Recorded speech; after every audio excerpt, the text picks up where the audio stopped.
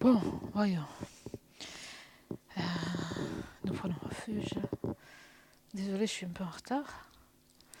On va voir qu'est-ce qu'on peut faire avec ce matériel depuis hier. C'est l'idée, hein?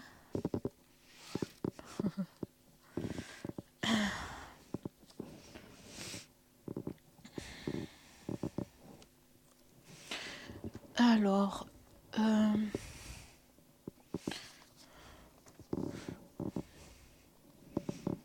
ça fait du bruit là, qu'est-ce que c'est ça?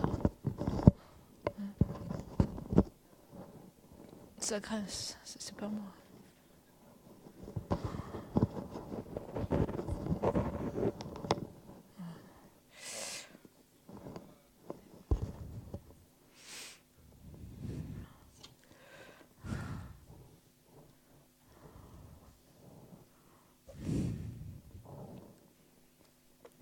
Donc, si on regarde le plan,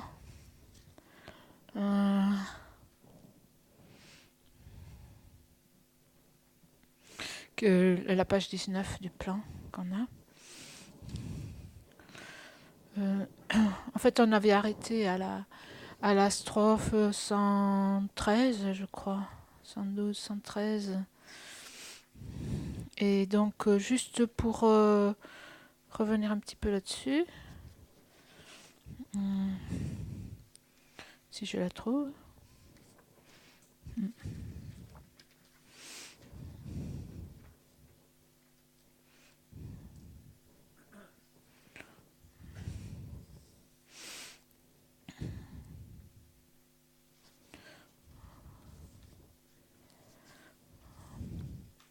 Donc on avait cette...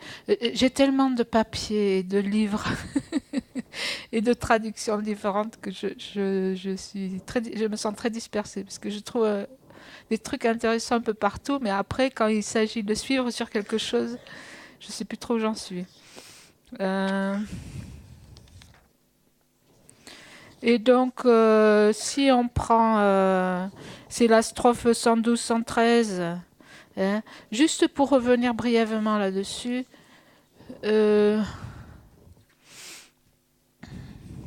donc vous avez la strophe 113 qui disait, je l'ai pas là, qui c'est qui peut la lire? Attendez, je vais la trouver là.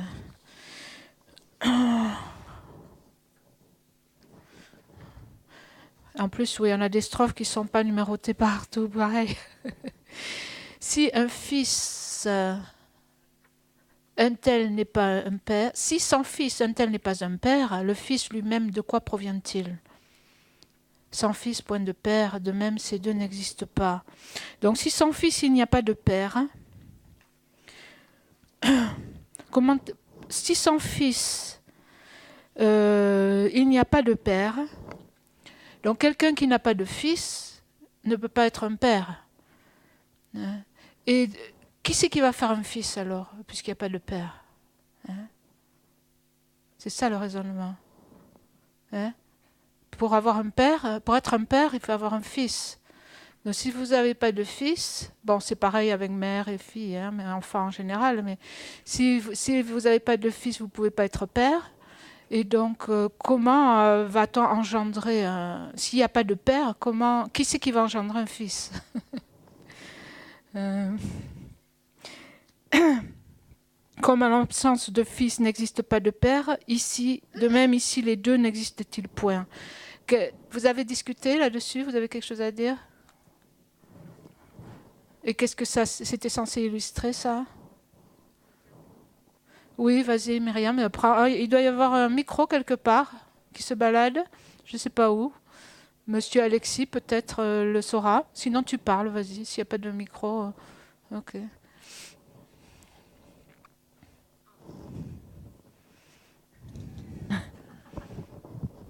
En fait, on a dit que ça illustrait l'interdépendance entre, pour qu'il y ait un père, il faut qu'il y ait un fils, pour qu'il y ait un fils, il faut qu'il y ait un père.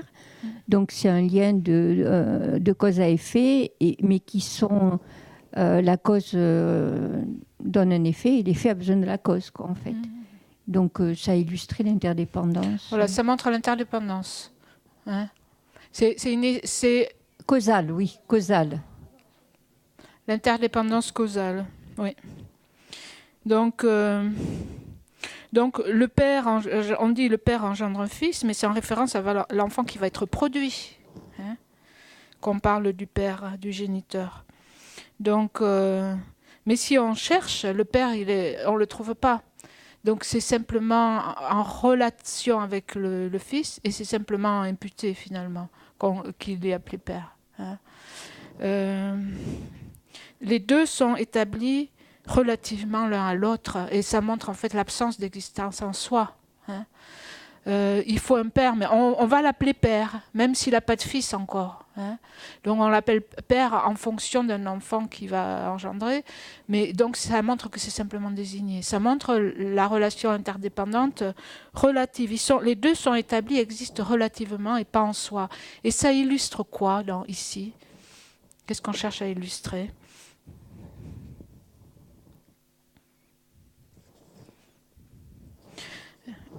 En fait, ici, il y a... Oui, tu veux dire quelque chose? Prends le micro, Emmanuel.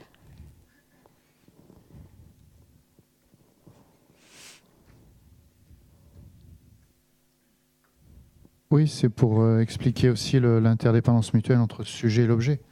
Exact, oui. Donc, d'ailleurs, je voulais dire, est-ce que ça illustre pas aussi l'interdépendance nominale? Parce que la notion de fils ou de père, c'est simplement un mot qui est en fonction de l'un de l'autre. Oui, aussi. Mais ici, on parle... oui, aussi, ça montre aussi l'interdépendance nominale. Mais ici, on est dans le cadre de justement, si je regarde le plan, démontrer qu'il n'existe point de preuve de la réalité des objets et des consciences. Donc ici, en fait, ce qu'on cherche à illustrer, c'est l'existence des objets et des consciences. Et donc, cette relation de cause à effet entre, par exemple, un père et un enfant, le père étant la cause, hein, ou la mère étant la cause, on la retrouve aussi. Une pousse émane d'une graine, et la graine est par cela reconnue. Hein. Si on voit une plante de blé, on connaît la graine. Hein. On reconnaît sa cause. Donc les deux, parce que dû à l'interdépendance. Et ça illustre le fait que, de la même façon, on va connaître un objet par la perception, parce que l'objet est la cause de la perception, de la conscience qui le connaît. Donc il y a aussi ici un rapport de cause et de résultat. Hein. Avec le résultat d'une conscience, on va inférer la cause, on va inférer l'objet. Hein. Donc il y a cette relation de dépendance, mais il n'y a pas de réalité, il n'y a pas dans l'existence réelle. Puisqu'ils sont interdépendants, justement, ça montre qu'il n'y a pas l'existence réelle. Et c'est ça que ça illustre dans ce cadre ici, puisque en fait le point qui précédait juste avant, c'était, je m'en mêle, mais c'était ça, démontrer qu'il existait point de preuve de la réalité des objets et des consciences. On terminait la section avec ça. Et puis on commence une autre section, énoncer les raisonnements qui établissent le non-soi. Donc là on parle de différents raisonnements, et donc on commence par le raisonnement des éclats de diamant. C'est ce qu'on a fait pendant la méditation. Hein. J'ai introduit un peu ce raisonnement. Ensuite, on va passer, il y a le raisonnement de l'interdépendance à partir de la strophe 143, les deux derniers vers. On commence le raisonnement de l'interdépendance. Mais jusque-là, donc, à partir de la strophe 117 jusqu'en 143, on parle du raisonnement des éclats de diamant. Donc... Ce raisonnement, c'est un raisonnement sur la production, hein, l'analyse de la cause. Donc c'est quelque chose que l'on trouve déjà dans le livre de Nagarjuna, vous savez, le traité sur la sagesse, sur la voie du milieu. Je vous en ai déjà parlé. C'est ce qu'on appelle en tibétain Tsawa Sherab, c'est les strophes fondamentales du milieu. Tout ce qu'on étudie sur le Madhyamika, sur la voie du milieu, tout vient de ce livre de Nagarjuna que je n'ai pas pris mais qui est tout petit, avec ses strophes sur la voie du milieu. Et là, je crois que c'est le premier chapitre en fait, il dit « Où que ce soit, quelle qu'elle soit, les choses ne sont jamais produites à partir d'elles-mêmes, d'autres, des deux ou sans cause. » Donc c'est ce raisonnement. Tout ce qui est produit, donc c'est montrer en fait la vacuité des phénomènes produits, de cause et de conditions, donc des phénomènes composés efficients, impermanents. C'est de montrer en fait qu'ils ne sont pas produits, l'absence de production inhérente. Et donc, on va regrouper les différentes possibilités, et les réfuter une à une. Si un produit s'il y a une production véritable, alors à ce moment-là, elle doit être en fait cette production. Donc la chose, elle va être produite soit par des causes, soit sans cause. Donc, est-ce que la production se fait sans cause? Est-ce que la production se fait avec cause? Et donc, si elle se fait avec des causes, bien sûr, elle se fait avec des causes. Mais il y en a qui croient, en fait, ces points-là, ça vient aussi de certaines croyances. Il y a des écoles où ils croient que la production se fait sans cause. Les choses viennent naturellement. Et donc, dans la production, ils n'acceptent pas la relation de cause à effet dans la production. Donc soit sans cause, soit avec cause. Et si elles sont produites par des causes, est-ce que cette cause, c'est la même est-ce que l'effet et la cause sont la même entité? C'est-à-dire que ce produit est produit par lui-même, ou alors est-ce qu'il vient d'une cause qui est autre chose? Ou est-ce qu'il vient d'une cause qui est la même, semblable à lui? Donc, est-ce qu'il vient de lui-même? Il est produit par lui-même? Est-ce qu'il est produit par autre chose? Ou est-ce qu'il est produit par les deux? Ou alors sans cause? C'est les 4 possibilités. Donc, si vous avez fait déjà, je ne sais pas si dans le découverte du bouddhisme, ça avait été du temps où vous l'avez fait, si ça avait été distribué. Vous avez les fiches de méditation du Lamrim. Et donc ça avait été préparé, je pense, par Sixte, peut-être par d'autres personnes aussi, mais il y a cette méditation des éclats de diamant dans la fiche sur la vue pénétrante, la fiche numéro 13, méditation sur la vacuité des phénomènes. Il y a la méditation en 4 parties qu'on a déjà étudiées.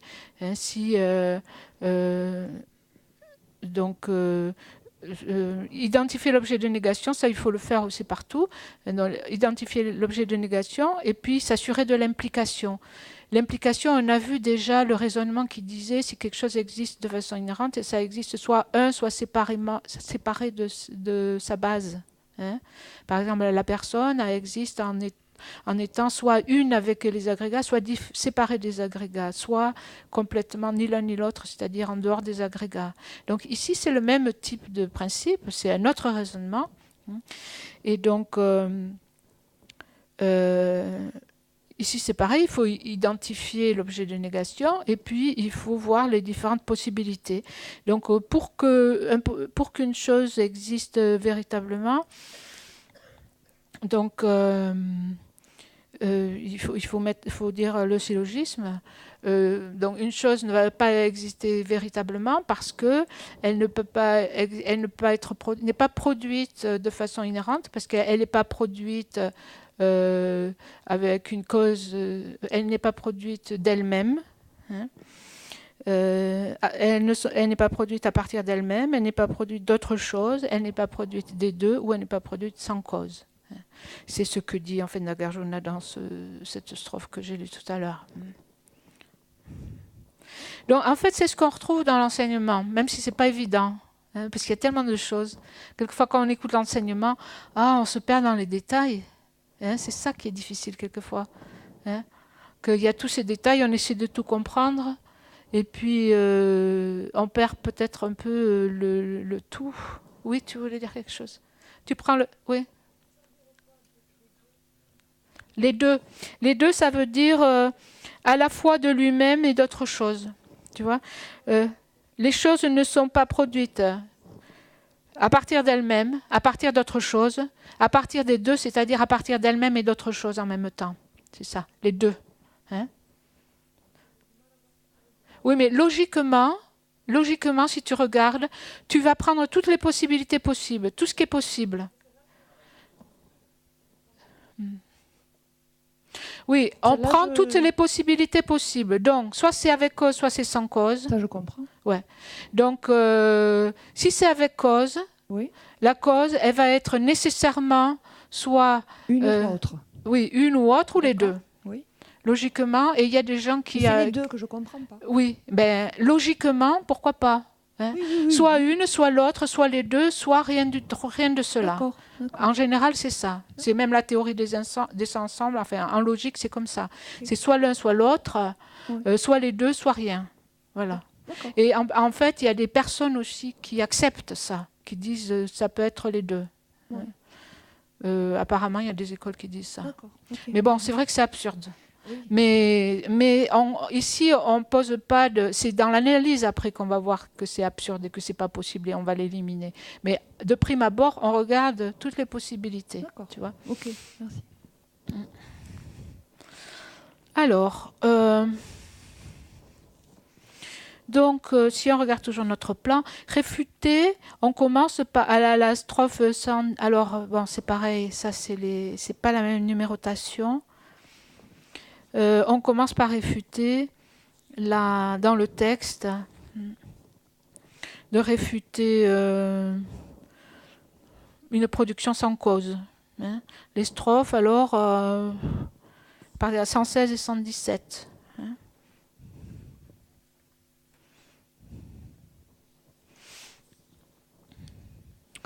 Donc,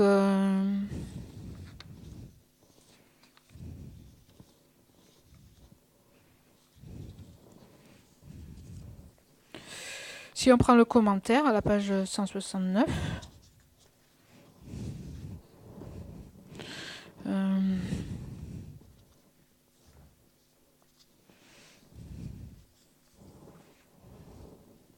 donc réfuter une production sans cause. Donc en fait, il y a une école, c'est des nihilistes, on les appelle les Charvaka, qui disaient qu'il n'y a pas de relation causale dans la production. Et donc, ils disent, ça c'est une citation de leurs écritures, le lever du soleil, le fait que l'eau coule vers le bas, la rondeur des pois, le piquant des épines, les ocelles des plumes de paon n'ont pas été créés.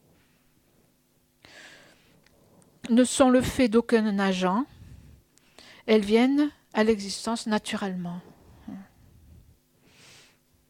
Et donc la réponse à ça, c'est ce que dit le texte. Donc,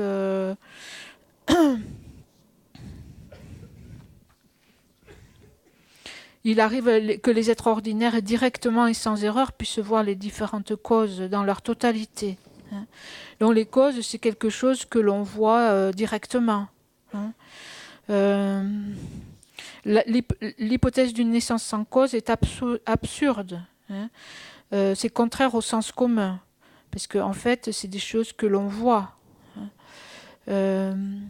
Donc les variétés d'espèces comme les tiges de lotus sont produites par des variétés de causes. Hein. Et la variété de causes vient de la variété des causes antérieures. Et pourquoi les causes peuvent-elles produire des effets? Par la force des causes antérieures. En fait, la cause, voir que les choses viennent de leur cause, c'est quelque chose que l'on voit directement. Ça, c'est le premier point. Ensuite, on passe au deuxième point, réfuter une production issue d'une cause autre et permanente. hein. Donc on a éliminé le premier point, une production sans cause. Donc après, on parle d'une production avec cause. Mais alors, est-ce que les choses peuvent être produites d'une cause qui est autre? Est-ce que la cause est autre que l'effet? Et voilà, et ici permanent, parce qu'en fait, on parle de ceux qui croient en Ishvara, hein, ici dans le texte.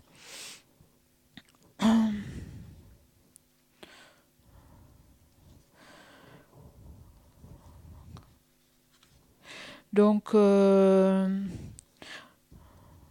réfuter la naissance à partir de causes qui sont autres. Donc, une fois qu'on a réfuté la naissance ou la production sans cause, il est acquis qu'il faille des causes, mais on ne pourrait pas voir l'apparition de quelque chose de causes qui sont permanentes. Hein. Parce qu'en fait, quelque chose une cause doit être quelque chose de... Si c'est un résultat, ça vient d'une cause. Et les deux, la cause et le résultat, ça se passe dans le cadre de l'impermanence. Hein. Quelque chose ne pourrait pas venir d'une cause permanente. Parce qu'une cause permanente, c'est quelque chose qui ne change pas. Ce qui est permanent, c'est quelque chose qui ne change pas. Hein. L'impermanence, c'est ce qui vient de causes et de conditions et qui change à chaque instant. C'est ça. Impermanent, ça veut dire change à chaque instant. Impermanent, c'est quelque chose qui ne change pas. Hein. Donc, la production ne peut pas venir de causes permanentes. Hein. Quelque chose qui est permanent ne peut rien produire. Et donc ici, en fait, la thèse, c'est ceux qui admettent un créateur du monde comme Ishvara, hein, qui est éternel, donc c'est un être éternel, de génération spontanée, et donc qui serait la cause de tout. Et c'est ça qui est discuté. Donc, si Ishvara est la cause, ça, donc ça a été... ça, bon, c'est pas trop compliqué, non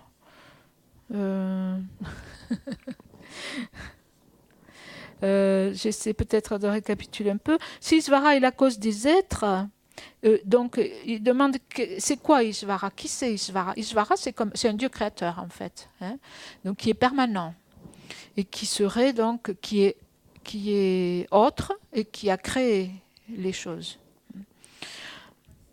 Pardon? Non, ça c'est différent. Les trois qualités, ça c'est après. Ici, on parle de Ishvara. Ce dont on a parlé en dernier pendant l'enseignement, c'était le principe général, comment l'appeler? Pardon? Primordial, parce qu'il y a différents noms. La substance primordiale, le principe général, hein? La nature primordiale, donc on a donné ce nom-là. Donc ça, c'est les Samkhya, en fait. Ishvara, en fait, c'est pas les Samkhya. Quelque part, on a dit Samkhya dans l'enseignement, mais c'est pas les Samkhya, c'est différent. Quand on parle de la nature primordiale ou de la substance, le principe général, en fait, l'idée, c'est que le principe général qui crée tout, en fait, c'est la cause qui contient déjà tous les résultats à l'état non manifeste. Hein. Et donc ça, c'est le troisième cas de production, en fait. C'est le cas de production où quelque chose est où la cause et le résultat sont semblables. Hein. Donc c'est une cause, ça recoupe en fait ce point d'une production par soi-même. Hein. La cause et l'effet sont simultanés. Et c'est ce que disent les tenants en fait de cette croyance en fait au principe Chitsuo. Je ne sais plus comment l'appeler maintenant. Le principe général, comment le principe général. Donc ils disent que tout est inclus, c'est pas possible que quelque chose de neuf se manifeste. Ça se manifeste, mais c'est déjà présent à l'état latent dans la cause. Ça on le voit après. Ouais. Est-ce qu'en fait, c'est pas au niveau des mots que les choses, par exemple, nous dirions, au XXIe siècle, on dirait le potentiel. Au micro. Je me disais, est-ce que c'est pas une problématique de mots qui incluent des idées qui sont intéressantes, qui sont le potentiel. Oui, ça peut être ça. Mais après, pour moi, c'est une vérité, c'est quelque chose Oui, mais après, il faut voir, il y a une école particulière qui défendait ce genre de vue. Il faut voir qu'est-ce qu'ils disent exactement. Autre chose. C'est peut-être autre chose. Après, on peut le rapporter. C'est intéressant d'ailleurs de le rapporter à des idées que l'on a, que l'on peut avoir, à des vues que l'on peut avoir, ou des idées que l'on peut avoir. Bon, c'est intéressant de rapprocher ce que l'on étudie ici à nous, des vues qu'on peut avoir. Après, est-ce que c'est la même chose ou pas? C'est à nous de voir. Parce que le germe, la notion de germe dans la graine, qui devient apparent alors qu'il était caché. Oui, mais maintenant, ce qu'ils disent, c'est que le germe ou la pousse existe déjà dans la graine. Voilà. Tu vois. Oui. Bon, c'est pas pareil de dire qu'il y a un potentiel et de dire que est-ce que ça veut dire Mais que... si tu as une graine qui n'a pas de germe, tu n'auras pas grand-chose. Non, mais le germe, il faut pas voir le germe. Ça, c'est une traduction. Quelquefois, on le traduit par pousse. Tu vois. Toi, tu penses au germe qui est sur la graine, mais c'est pas ça. On parle de la plante, en fait, ou la pousse, en fait. Dans les textes, quelquefois, c'est traduit par germe, quelquefois, c'est traduit par pousse. Oui. C'est-à-dire, c'est pas le petit germe qui est dans la graine, c'est ça. Alors, est-ce que ça existe dans la graine? C'est plus petit. Bon, ok. Ouais. Mais je veux dire, c'est peut-être des questions de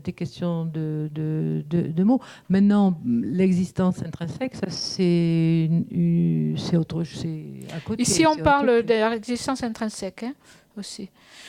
Donc. Donc, si Ishvara est la cause des êtres, dites-nous ce qu'est Ishvara.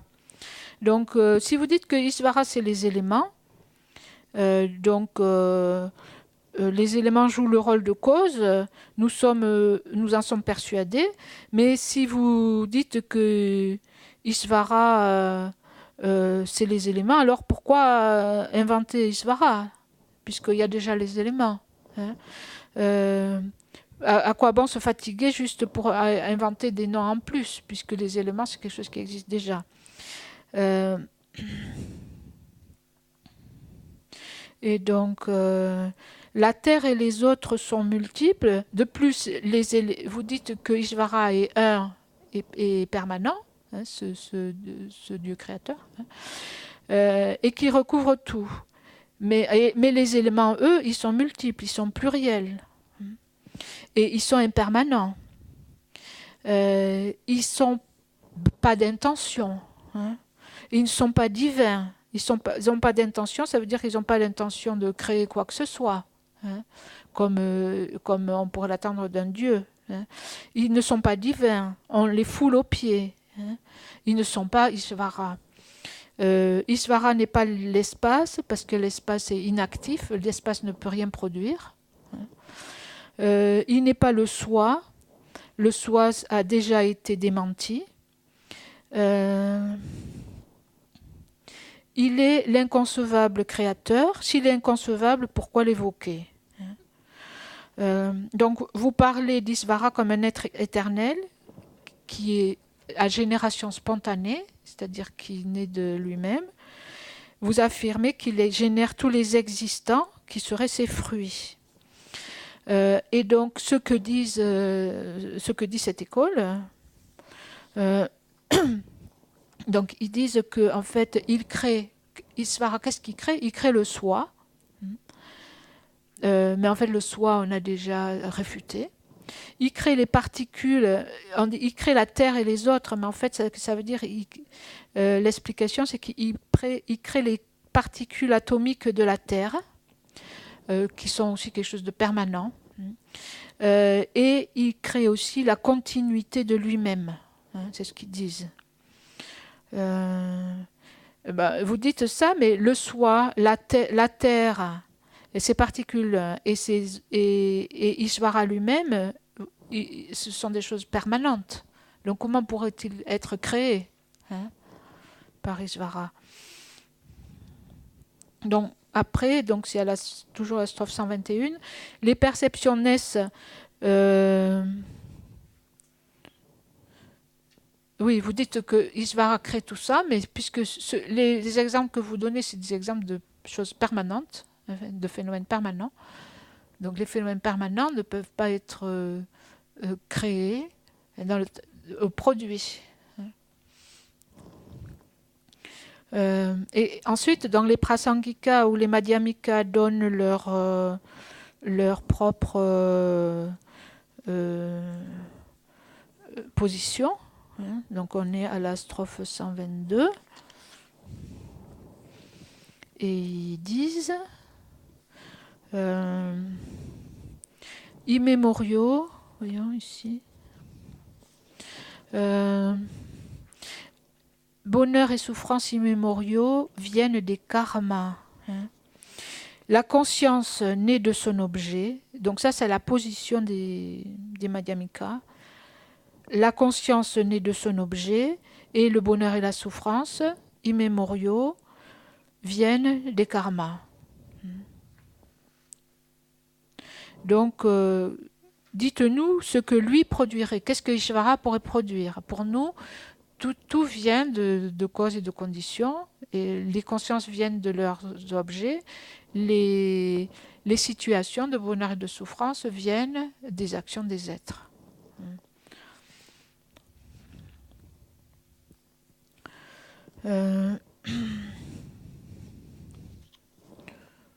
C'est clair?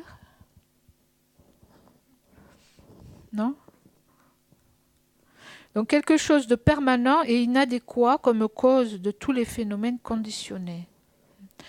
Donc on dit en principe dans le bouddhisme, on divise les choses, les phénomènes qui existent entre permanent et impermanent. Donc ce qui est c'est important de le savoir, de comprendre ce que ça veut dire. Parce que permanent, ça ne veut pas dire éternel, ça ne veut pas dire quelque chose qui dure tout le temps. Permanent, quelque chose peut être permanent et s'arrêter. Qu'est-ce qui est permanent? L'espace, oui. Oui. Les images mentales. Les vacuités. L'image mentale, oui, par exemple, impermanent et permanent. Si tu penses par exemple au stupa, tu vois, tu vois le Bouddha, le stupa directement, ou tout ce que tu vois directement, c'est un objet d'une conscience visuelle, c'est un objet impermanent, c'est fait de causes et de conditions, tu vois. Et étant donné que c'est fait de causes et de conditions, c'est impermanent, ça n'a pas le pouvoir de se maintenir et ça change à chaque instant. Tandis que les choses qui sont choses, Valérie a dit choses, normalement, ça dépend. Choses, ça peut être pris dans le sens des impermanents, mais ça peut être pris dans le sens des existants en général.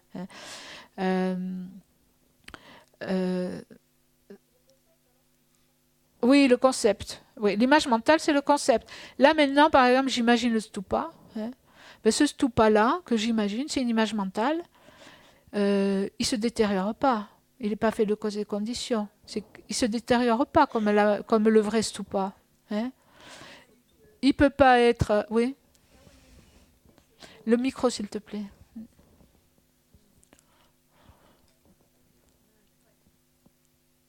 Là où on a eu une difficulté, c'est que par rapport à l'interdépendance, les objets, les phénomènes permanents sont dépendants de leur partie, mais ne naissent pas de cause. Et on avait du mal à dire que l'image mentale ne naissait pas d'une cause, puisqu'on disait pour qu'elle apparaisse, l'image mentale, il faut qu'il y ait eu une perception visuelle et un objet, et donc il y a bien une cause à l'image mentale. Et c'est là qu'on avait du mal. Ah, ouais. Voilà. Oui. C'est pas une cause dans le sens où tout ça, ça ne devient pas l'image mentale. Tu comprends? L'image mentale, elle est relative de toute façon, mais elle n'est pas créée par ça. Tu vois, un phénomène impermanent, c'est un phénomène qui est créé par ses causes, comme le stupa, il est fait avec ça. Tandis que l'image mentale, elle n'est pas fabriquée comme ça. Pardon? Oui. Oui. Oui, elle est dépendante. Elle est dépendante. L'image mentale. Les phénomènes permanents aussi sont interdépendants. Mais l'interdépendance de cause et de condition ne s'applique qu'aux phénomènes impermanents. Hein. Mais les phénomènes permanents sont aussi interdépendants. Hein. Ils peuvent dépendre de leur partie, hein, et ils sont relatifs aussi à d'autres choses. Comme l'espace, par exemple, dépend de différentes parties. Donc, il faut voir... donc, en bref, cet Ishvara qui est permanent ne peut pas créer quelque chose de permanent, inadéquat, comme cause de tous les phénomènes conditionnés. Parce que quelque chose de permanent ne crée pas, hein, ne change pas, n'est pas propre à créer.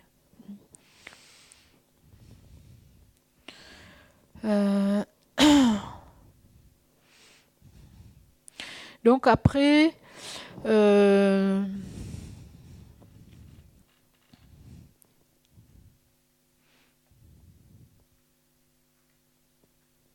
Donc, si l'on considère qu'Ishvara est le créateur du monde, étant donné qu'il est éternel, c'est donc que la cause génératrice n'a pas de point de départ. Si Ishvara est éternel et existe depuis tout le temps, ça veut dire qu'il n'a jamais cessé de créer. Hein. Il est immuable, ça veut dire que s'il crée, puisque c'est un créateur, il devrait toujours créer. Hein. Donc s'il n'a pas de début, le fruit, les résultats aussi, il devrait être créé déjà, hein, depuis toujours, puisqu'il existe depuis toujours. Bon, après, il y a beaucoup de...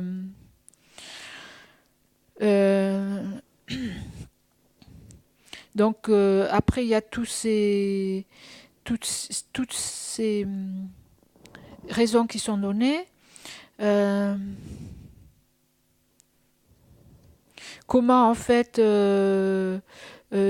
ne devrait dépendre de rien d'autre. Hein. S'il n'existe rien qui n'ait été par lui créé, il a tout créé, donc il ne dépend de rien. Hein. Il ne pourrait dépendre de rien. Et donc il y en a qui disent que Ishvara a créé le monde, mais il y avait aussi d'autres conditions qui intervenaient. Et donc, si le monde est apparu par l'action conjuguée d'Ishvara et de conditions annexes, la cause, c'est la conjonction finalement. Hein. Si la cause, c'est Ishvara, mais il y a aussi des conditions, ça veut dire que c'est plus Ishvara qui crée le monde, puisqu'il dépend aussi des conditions, hein, puisqu'il faut que les conditions soient réunies. Hein. C'est ça qui devient la cause finalement, c'est plus Ishvara lui-même. Donc, il y a des... Ensuite, donc plus loin, il y a la réfutation de la naissance à partir du principe. Hein. Si on reprend le plan, donc ici, réfuter une production issue d'une cause autre et permanente. Donc on a réfuté en demandant la signification d'Ishvara. Qu'est-ce que c'est Ishvara? On a montré qu'en étant permanent, il ne peut pas être la cause de tout ce qui est doté de conditions. Hein. Ça c'est dans le plan, hein, si vous ne l'avez pas, mais vous l'avez chez vous. Et ensuite, il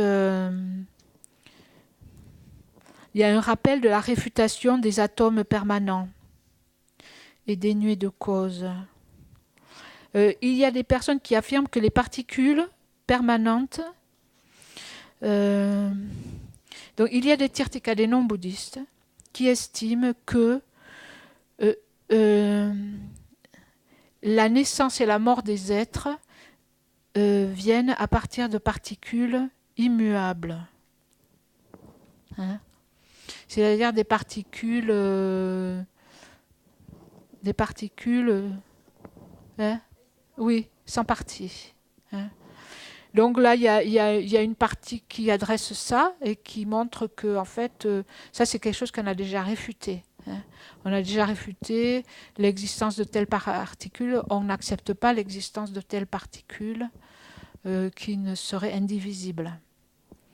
Hein. Qui se rappelle du raisonnement? Tu veux prendre le micro?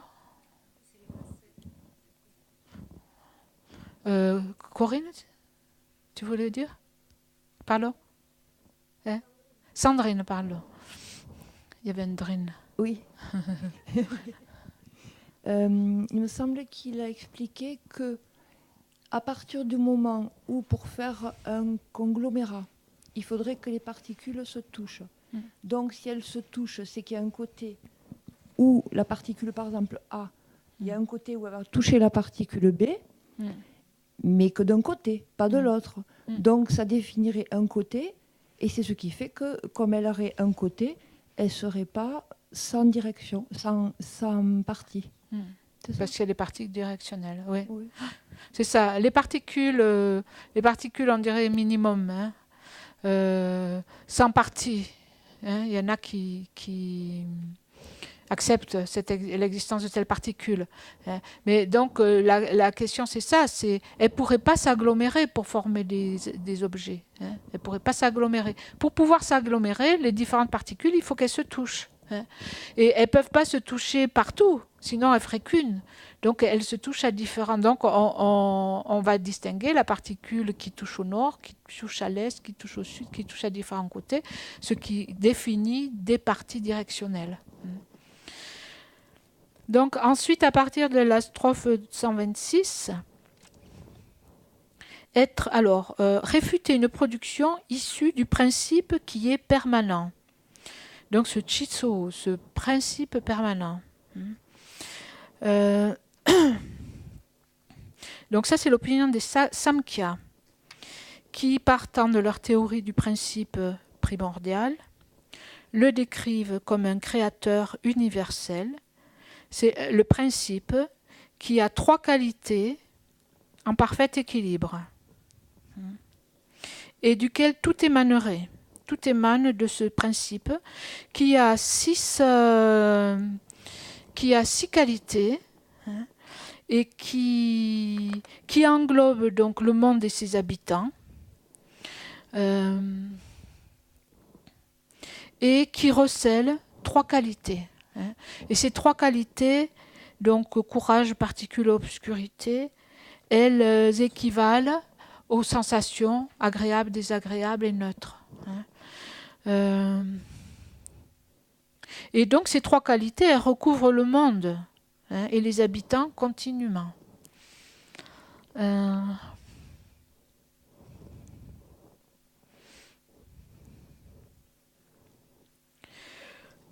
Et donc il est la cause du monde. Si ces 3 qualités sont en équilibre, cela se réfère au principe, hein, général. Et si elles sont en déséquilibre, ça se réfère au résultat manifesté, c'est-à-dire au monde. Et donc pour eux, au moment de la cause, le résultat est présent mais pas manifeste. C'est pour ça qu'on dit ici, c'est le cas en fait d'une production de soi-même, hein, parce que cause et résultat existent en même temps ici, hein, puisque c'est-à-dire l'effet et la cause sont la même entité, elles existent en même temps.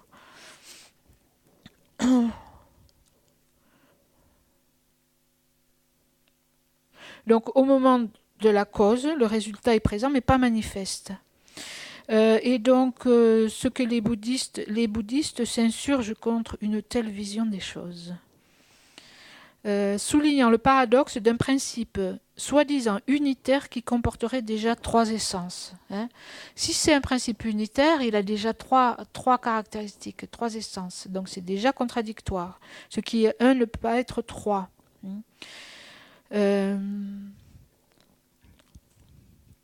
Et donc, comme ici on parle dans le cadre d'une existence en soi, et donc si c'est unitaire, c'est inconcevable que ça soit tripartite.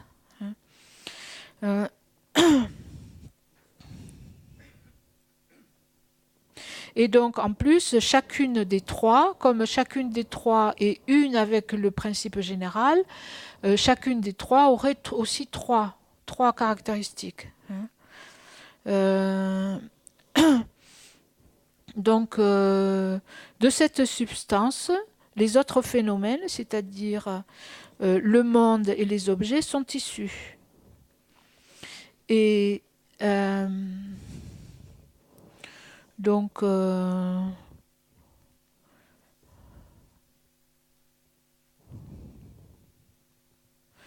Donc, s'il n'y a pas de telle substance, les qualités n'existent pas, les sons et autres en sont fort éloignés de toute réalité. Ensuite, donc, on a dit, ce principe général englobe le monde et ses habitants. Et donc, ce principe, il recèle les trois qualités. Ça veut dire que les trois qualités, elles doivent recouvrir le monde et les habitants. Et donc, les phénomènes seraient de la nature même de leur cause. Des phénomènes, n'avons-nous pas déjà achevé l'analyse? Votre cause, qui reviendrait au plaisir et autres, il est impossible qu'elle provienne, par exemple, des lainages. Donc, ici, ce qu'il est dit, c'est que ce que disent les Madhyamikas, c'est vous dites que ce principe, il existe dans tous les existants, hein, il recouvre tout, et dont les trois qualités recouvrent le monde et les habitants, mais comment, par exemple, dans ces trois qualités, vous avez la sensation agréable, désagréable et neutre. Donc c'est ici pour ça qu'on parle dans le texte de bonheur, c'est la sensation agréable, hein, le bonheur. Comment les objets inanimés peuvent-ils être dotés de bonheur, hein? Pourquoi, par exemple, les lainages seraient-ils heureux? Comment le bonheur peut exister dans les lainages et dans tous les phénomènes inanimés? Vous comprenez? En fait, il renvoie les conséquences absurdes de ce qu'ils disent. Hein. Si ce Chitsu, ce principe général existe partout, ces caractéristiques doivent tout recouvrir. Et comment allez-vous trouver le bonheur, hein,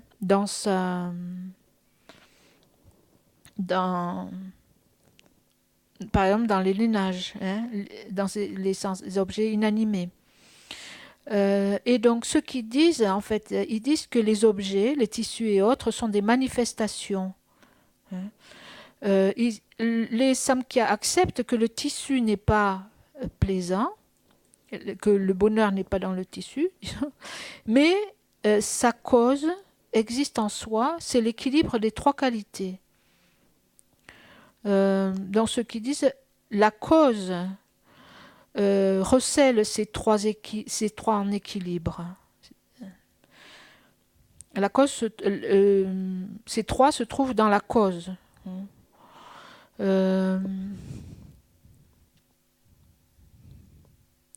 Donc pour les Madhyamikas, donc la cause du lainage serait ces trois, hein, par exemple du lainage et autres.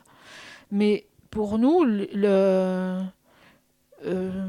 lainage et les autres choses ne peuvent pas venir de la sensation. C'est la sensation qui vient du lainage, la 131. C'est des lainages et autres que naissent le plaisir et autres.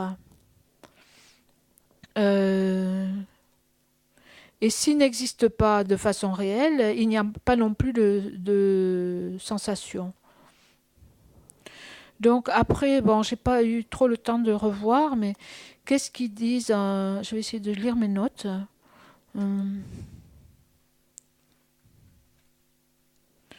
Donc, Shantideva dit, si pour vous les causes, ce sont ces trois qualités, on a montré que ces trois ne peuvent pas exister en soi, parce que sinon elles seraient une. Et donc ce principe qui est un, qui est censé être un et qui a toutes ces qualités, en fait, il ne peut pas exister en soi comme étant un.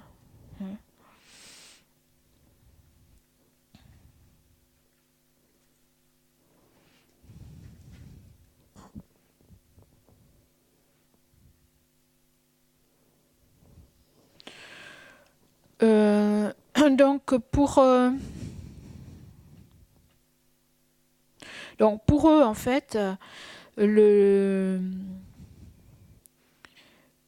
si l'effet n'existe pas au moment de la cause, il ne peut pas être produit. Donc tous les effets existent de façon non manifeste au moment de la cause.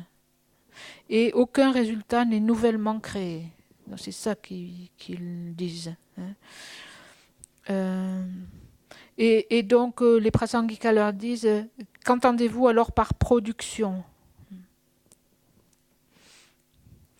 Donc, ça veut dire la manifestation claire d'un phénomène. Pour eux, il est impossible qu'un résultat qui n'existe pas auparavant soit produit. Donc, il doit exister au moment de la cause. Et Shantideva dit, la claire manifestation du résultat n'est pas là au moment de la cause. Donc, vous ne pouvez pas dire que c'est la même chose. Vous ne pouvez pas dire que le résultat est dans la cause. Puisque au moment, c'est comme on reprend ton idée, Annie, de potentiel. Oui, le potentiel de la plante est dans la graine, mais il n'est pas manifesté au moment de la graine. Donc on ne peut pas dire que la plante est dans la graine.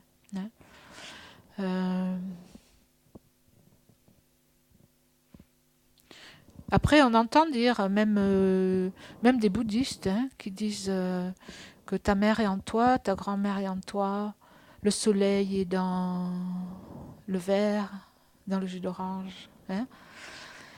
Bon, c'est bien en tant que poésie. C'est bien en tant que poésie, mais bon, il y a une relation. Mais tu ne peux pas dire que...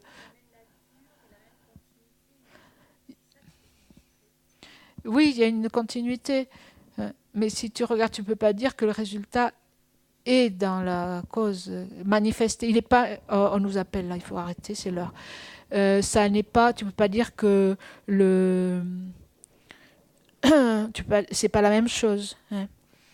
Parce qu'il y a quelque chose qui n'était pas là qui se manifeste. Voilà. On va en rester là parce que... Merci.